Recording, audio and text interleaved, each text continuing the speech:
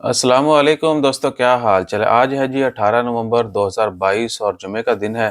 सबसे पहले तो तमाम दोस्तों को आपको जुमा मुबारक और उम्मीद है कि आपका दिन अच्छा गुजर रहा होगा। सूरत कहफ का विर्द करना मत भूलिएगा और जुमा की नमाज वक़्त पर अदा कीजिएगा। आपकी बात भी करवाते हैं।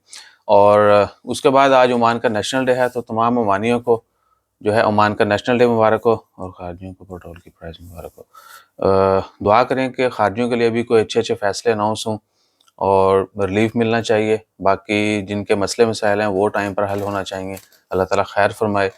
और उसके अलावा ओमान की ख़बरों में वल्लाही कोई बड़ी ख़बर नहीं है, बस फ्यूल की थी। कल की जो बेस्ट ख़बर है वो ऑयल प्राइसेज़ हैं, वो अगले साल 2023 अक्टूबर एंड तक फ़िक्स कर दी गई हैं।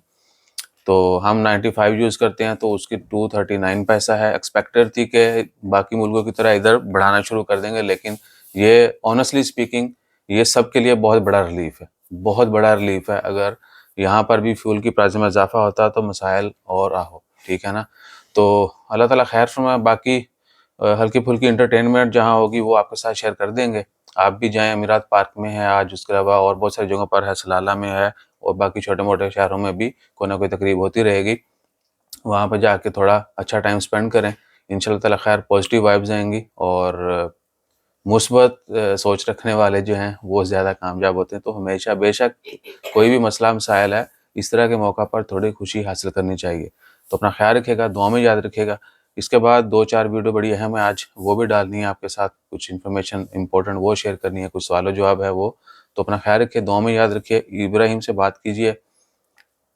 आओ। ओए ओए ओए।